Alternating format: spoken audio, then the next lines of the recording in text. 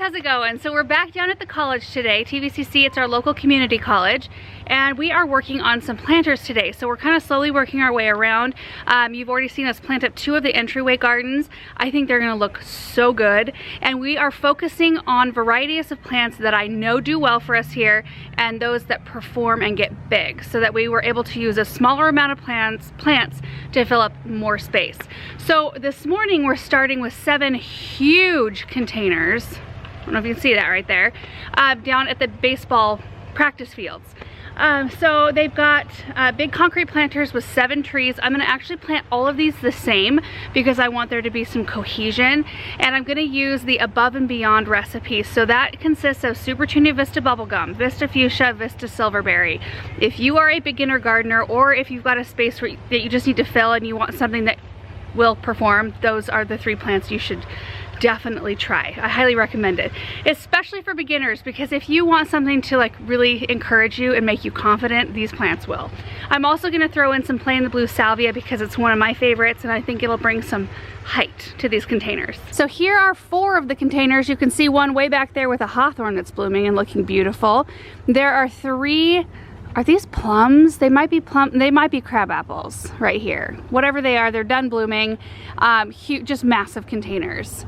So I wanted to plant something like the ones we're putting in here that'll just take over and fill in. So there's a 5th container here, and then if I swing around, there's another one here, and another one right there. Also, after the last few videos, I've noticed that the screen of my camera is incredibly dirty and I cannot clean it. It's underneath the lens.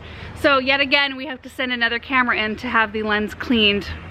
So I apologize for like any light flares or dirty looking whatever. It's not a filter. I'm not trying to make myself look sparkly.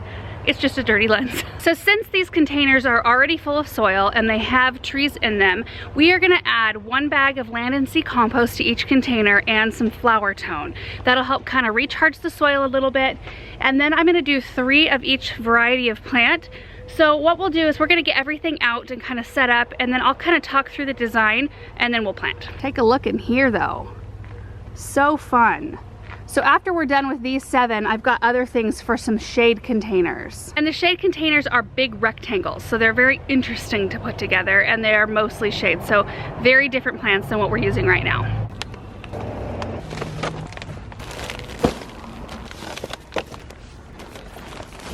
All right guys, everything's unloaded. We are ready to go. But I wanted to talk about these 2 things really quickly because this isn't something I do all the time. Compost I wouldn't plant into straight compost, but this soil in these containers, since I don't know the history of it and how long it's been here, I want to add 1 bag of this, and I'm using compost as opposed to just more potting soil because the concentration of nutrients in compost is much greater, and I really want to recharge this soil. So 1 bag of this, and then some flower tone for a slow feed to our flowers, and then we're going to plant these flowers. Let's go.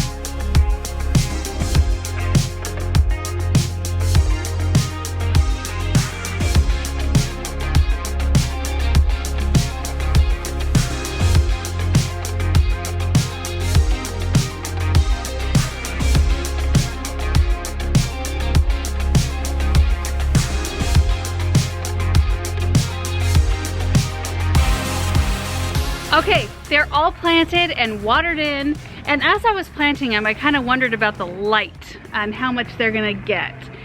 The people here at the college did say that they were going to get a lot of sun, and I kind of think so. Like at least in the morning they'll get a big chunk of sun, and then maybe mid-afternoon when the sun is up high, they'll be shaded down below, and then in the afternoon later they'll get sun again. That's what I'm hoping anyway. Oh, they're gonna be so pretty though.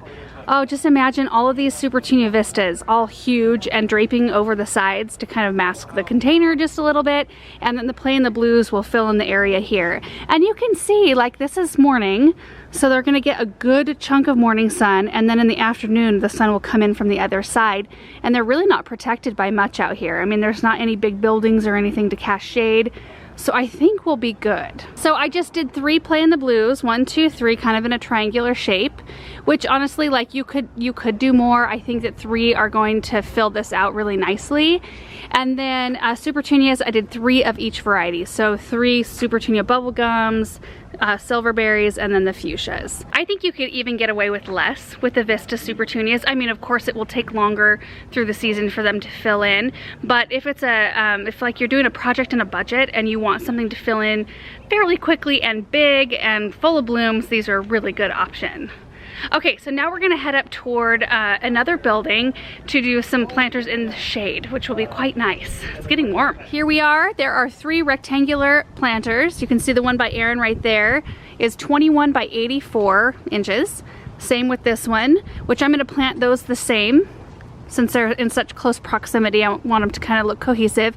And then there's one 36 by 84 out there that gets morning sun and afternoon shade. So we're just gonna get everything unloaded. I'm gonna treat the soil exactly the same, adding in some compost, some flower tone, and then we'll get all of these things planted, and then I'll give you a tour of each container.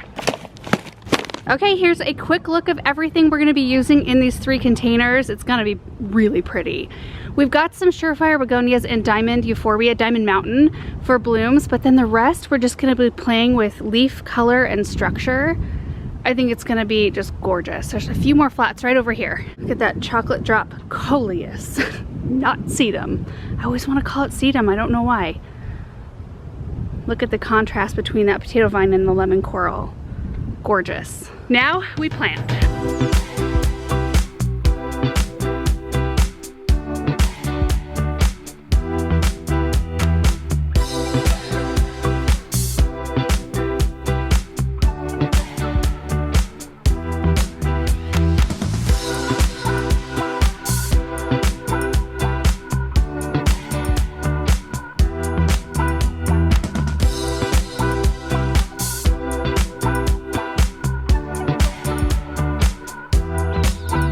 They're all done, and we'll start with this one that's in the sun right now. Look at this.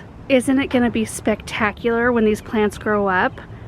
And I did use quite a number of plants. I don't even remember planting that many for this container, but honestly, it's gonna be amazing. So 5 Prince Tuts right down the center. We'll put the measurement on the screen because I can't remember off the top of my head, but like close to 3 feet, I want to say. So it'll be a very nice tall centerpiece that goes right down the middle, and then it'll be surrounded by Diamond Mountain Euphorbia and Surefire red begonias, which these begonias can do sun, especially if it's morning sun, and they will both get nice and big.